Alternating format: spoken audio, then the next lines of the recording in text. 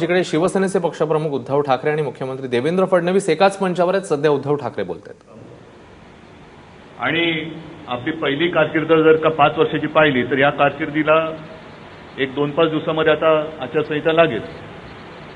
म्हणजे ही कारकीर्द पूर्ण होताना मी इथे आलेलो आहे.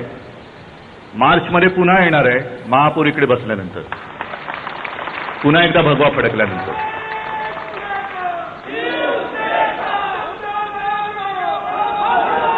भाषणाला सुरुवात करण्यापूर्वी मी साहजिकच आहे इथे सर्वजण जमलेले आहेत. महापालिकेचे कर्मचारी आहेत, आयुक्त आहेत, उपायुक्त, अतिरिक्त आयुक्त, एवढेच नव्हे तर अग्निशमन दलाचे सगळे कर्मचारी, किंबहुना महापालिकेतला अगदी शेवटचा तळागाळातला जो एक कर्मचारी आहे, मग तो अगदी गटारात किंवा नाल्यात उतरून जीवाची पर्वा न करता गेली 5 वर्ष म्हणजे तो आयुष्य त्याच्यातच जातं. पण विशेषतः 5 वर्ष ज्यांनी मेहनत केली आणि मुंबई सुखरूप ठेवली त्या सगळ्यांना मी खास धन्यवाद देतोय आणि त्यांनाही नवीन वर्षाच्या शुभेच्छा देतोय. मुंबई महापालिका मुख्यमंत्री महोदय, मी आपल्याला पुन्हा एकदा धन्यवाद देतो आहे. याचं कारण गेल्या 1-2 महिन्यात आपण दोघं इकडे दुसऱ्यांदा आलेलो आहे. त्याही वेळेला आपण मुंबई महापालिकेचं काम पाहिलं, आपण कौतुक केलं. त्याच्याही नंतर आपण पाणी व्यवस्था त्याच्याही त्या उद्घाटनाला आला होतात. आणखीन अशी बरीच कामं आपण केली जिथे आपण उपस्थित होतात. आणि म्हणून या सर्वांना धन्यवाद देताना मी भारतीय जनता पक्षाला सुद्धा धन्यवाद देतोय मनोज, कारण तुम्ही सगळे आमच्या खांद्याला खांदा लावून गेली 5 वर्ष राहिला नसतात तर महापालिकेतलं एक सुद्धा काम झालं नसतं. त्याच्यामुळे प्रत्येक कामं जी आम्ही केलेली आहेत त्याच्यात तुमचा सुद्धा मोलाचा आणि सिंहाचा वाटा आहे. त्याच्याबद्दल मी भारतीय जनता पक्षाला सुद्धा धन्यवाद देतोय.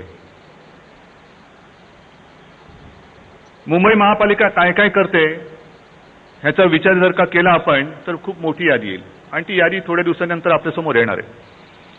पण एका गोष्टीचं मला नक्कीच समाधान आहे, अभिमान वाटतो.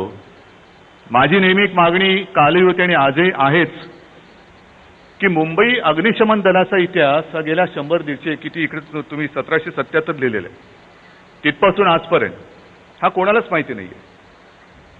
आपल्याला फक्त एवढंच माहिती आहे, आम्ही जेव्हा लहान होतो माझ्या पिढीतले अनेक लोक आहेत तिकडे, कुठेतरी घणघण घंटावाज ऐकायला आली का कळायचं की आगीचा बंब चाललेला आहे. तेव्हा आगीचा बंब होता, आता फायर इंजिन झालेली आहेत. आणि आपण बघितलं की त्यातले कर्मचारी कपडे विपडे घालत कसे पटपट तयार होत, ड्युटी म्हणजे ड्युटी, स्वतःच्या जीवाची पर्वा न करता जिथे काही अपघात किंवा काही घडलं असेल तिकडे जाऊन पोहोचून ती परिस्थिती नियंत्रणात आणत असतात. आणि तेव्हा मी असं म्हटलं होतं की ह्या सगळ्याचा इतिहास हा एका कुठेतरी चांगल्या इमारतीमध्ये संग्रहालयाच्या निमित्ताने आला पाहिजे. इतिहास, कारण पूर्वीचं अग्निशमन दलाचं जे काही एक फायर इंजिन होतं ते हातगाडीवरनं पाण्याची पिंप घेऊन जायचे आग विझवायला. आणि मी असंच गमतीत म्हटलं होतं की तेव्हा हातगाडीवरनं पिंप न्यायचे आणि आता जरी तुमच्याकडे अद्ययावत फायर इंजिन असलं तरी वेगात काही फरक पडला असेल असं वाटत नाही, कारण मुंबईचा ट्रॅफिक जाम. या एक गोष्टी जेवढ्या आपण सुविधा आणतोय त्या अधिकाधिक गुंतागुंतीमध्ये आपल्याला त्या कमी वाटत चाललेल्या आहेत. आज एक कॉफी टेबल पुस्तकाचं मी आणि माननीय मुख्यमंत्री महोदय आपण दोघांनी मिळून याचं प्रकाशन केलं. मी अग्निशमन दलाला सुद्धा शुभेच्छा देतोय. योगायोगाने आजच पेपरमध्ये एक बातमी वाचली की काही दिवसांपूर्वी एक 3 जवान त्यांना शॉक बसला आणि ते जखमी झाले होते. त्यातल्या एकाचा मृत्यू झाला, भोजनेंचा. शॉक कसा बसला, काय करायला गेले होते. मुंबई महापालिका काय काय करते हे जेव्हा मी बोलतो तेव्हा या 3 जवानांच्या सुद्धा त्या कार्याचा आपण यथोचित गौरव केला पाहिजे. आणि आयुक्त महोदय त्यावेळेला जेव्हा हा अपघात घडला तेव्हा आपल्याकडनं एक त्यांना वचन दिलं होतं कुटुंबियांना की त्यांच्या कुटुंबियांपैकी एकाला आपण सेवेमध्ये नोकरी देऊ. मला माहित नाही हे आपण पाळलं गेले की नाही, नाहीतर कृपा करून ते लवकरात लवकर पाळा, कारण त्यांच्यापैकी एकाचा काल मृत्यू झालेला आहे. पण विशेष म्हणजे हा मृत्यू का झाला, कोणाला सोडायला गेले होते तर एक कावळा तारेत अडकला होता. कावळा तारेत अडकला असेल ना, अडकला असेल, मरेल कावळा, कावळ्याला काय कमी आहे. मुंबईमध्ये कावकाव करणारे कावळे खूप आहेत. महापालिकेच्या कारभारावरती सुद्धा करतात, इतरत्र सुद्धा करतात. कावळा गेला तर काय, पण तसं नाहीये. अग्निशमन दलाचं कर्तव्य आहे आणि ते बजावताना मग कावळा असो किंवा माणूस असो हे कुठेही कमी पडत नाही. त्याच्याबद्दल मला तुमचा सार्थ अभिमान वाटतोय. अशा अनेक गोष्टी आपण केलेल्या आहेत. आज सुद्धा ज्या काही कामाचा आपण शुभारंभ केलेला आहे, आयुक्त महोदय, पारदर्शकता हा फार महत्वाचा विषय जो आजकाल दुर्मिळ होत चाललेला आहे, तो तुम्ही महापालिकेच्या कारभारात आणलात, त्याच्याबद्दल मी तुम्हाला खास धन्यवाद देतोय. सगळं काही स्वच्छ असलं पाहिजे. कोणाच्याही मनामध्ये किंतु परंतु किंबहुना संशय असता कामा नये, आणि असलाच तर आमच्यापर्यंत येण्याची आवश्यकताच नाही. जा तिकडे क्लिक करा आणि आपल्या प्रश्नाचे उत्तर मिळवा. मला नाही वाटत एवढा स्वच्छ आणि पारदर्शक कारभार देशातल्या अन्य कोणत्या महापालिकेमध्ये असेल, मला माहिती नाहीये. तर अशी आपली महापालिका, या महापालिकेचा सुद्धा इतिहास हा खूप मोठा आहे.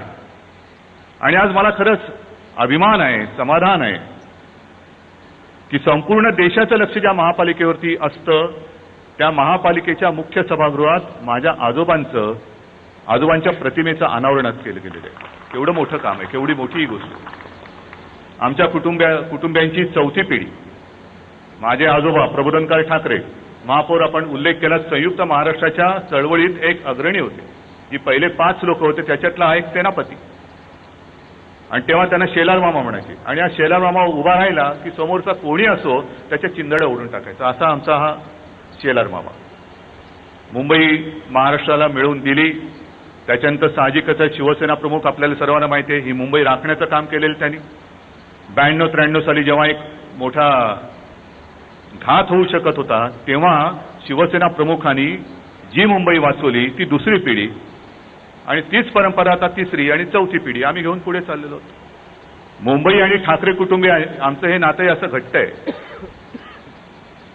आणि त्या नात्याला जागून हा प्रस्ताव ज्यांनी मांडला ते चेतन कदम, राजू पेडणेकर आणि रमाकांत रहाटे, मी तुम्हा तिन्ही नगरसेवकांना खास आमच्या कुटुंबियांच्या वतीने धन्यवाद देतोय. आणि आपण जे बोललात महापौर की ते बरोबर आहे. आयुक्त महोदय, आपणही बोललात की तैलचित्र, मुख्यमंत्री महोदय, काय आहे की तैलचित्र लावायचं म्हटल्यानंतर कलाकार आपल्याकडे आहेत, उच्च दर्जाचे कलाकार आहेत, पण त्या कलाकारांना रेफरन्सची आवश्यकता असते. आणि आजोबांच्या काळामध्ये तेव्हा रंगीत फोटोग्राफी वगैरे तर काही नुकतीच सुरुवात होत होती. ब्लॅक अँड व्हाईट फोटो जेमतेम इकडे तिकडे असतील, पण चांगलं चित्र काढायचं असेल तर चांगलं रेफरन्स पाहिजे. कारण हे नुसतंच तैलचित्र नाहीये, एखाद्या व्यक्तीचं तैलचित्र आहे आणि ती व्यक्ती वाटली पाहिजे. नाहीतर उगाच कोणाचं तरी चित्र लावायचं आणि त्यांना प्रबोधनकार ठाकरे म्हणून हार घालायचं, हे असा थोटान किंवा असा फालतूपणा आपल्याला जमायचा नाही. आणि विचार केल्यानंतर लक्षात आलं की त्या तोडीचे रेफरन्स किंवा फोटो हे आज तरी आपल्याकडे शिल्लक नाही की ज्याच्यावर एक उत्तम पेंटिंग होऊ शकेल. आणि मग विचार करता करता दुसरं पटकन लक्षात आलं, ते एस एम पंडित मला नाही वाटत त्या तोडीचा कलाकार आता असू शकेल. एस.एम. पंडितांनी हे जे तैलचित्र बनवलं ते शिवसेना भवनमध्ये त्याची मूळ प्रत आहे, ऑइल पेंटिंग. आणि त्या तैलचित्राचं कौतुकच नव्हे तर ते तैलचित्र स्वतः शिवसेना प्रमुखांना, नंतर माझे काका श्रीकांत ठाकरे, हे दोघेही कलाकार होते, त्यांनी सुद्धा त्यांची तारीफ केली, कारण अत्यंत हुबेहूब असं चित्र. आणि माझ्या मनात तोच विचार आला की लावायचं असेल तर हेच चित्र लावायचं, पण ते तैलचित्र शिवसेना भवनमध्ये. मग पुढचा विचार आला की आता सगळीकडे डिजिटायझेशन झालेलं आहे, तुम्ही सुद्धा महापालिकेचा कारभार डिजिटल करतात, मग अशा या अद्ययावत महापालिकेमध्ये चांगलं डिजिटल आपण प्रिंट का लावायचं नाही. आणि मग हा जो प्रिंट आहे तो कॅनव्हासवरती रवी जसरा यांनी केलेला आहे, आणि ते संपूर्ण ते जडणघडण आहे ती संजय सूर्य यांनी करून घेतलेली आहे. आणि पुन्हा एकदा महापौर आणि आपल्या सर्व नगरसेवकांना मी धन्यवाद देतोय, कारण त्याची जागा सुद्धा जी ठरवलेली आहे तुम्ही, ती अत्यंत योग्य आहे. म्हणजे महापौर बसल्यानंतर त्याच्यावरती प्रबोधनकारांचं लक्ष असणार आहे, समोर आहे, कारभार नीट करण्याचं माझं लक्ष आहे तुझ्यावर. प्रबोधनकारांबद्दल बोलताना नेमकं काय बोलायचं, किती बोलायचं हा एक मोठा प्रश्न आहे. कारण उगाचच आजोबांचं कौतुक नातू करतोय अशातला भाग नाहीये. पण इकडे तैलचित्र लावल्यानंतर, प्रतिमा लावल्यानंतर, का प्रतिमा लावली महापालिकेमध्ये, प्रबोधनकार ठाकरे नेमके होते कोण? केवळ माझे आजोबा बाळासाहेबांचे वडील म्हणून चित्र लावलं का? नाही, त्यांचं व्यक्तिमत्व वेगळं होतं. आणि आजही मी अत्यंत नम्रपणाने सांगतो की प्रबोधनकार ठाकरेंनी जे काय तेव्हा विचाराचं बीज त्यावेळेला मुंबई महाराष्ट्रामध्ये पेरलं, जे विचार त्यांनी दिले ते विचार दिले म्हणून आम्ही आज इथे दिसतोय, नाही तर आम्ही आज इथे दिसलो नसतो. जो विचाराचा पाया, जो शिवसेनेचा विचाराचा पाया आहे, तो पाया घालण्याचं काम हे त्यांनी केलेलं आहे. इतिहास संशोधक, परखड वक्ते, पत्रकार, काय काय त्यांची रूपं होती.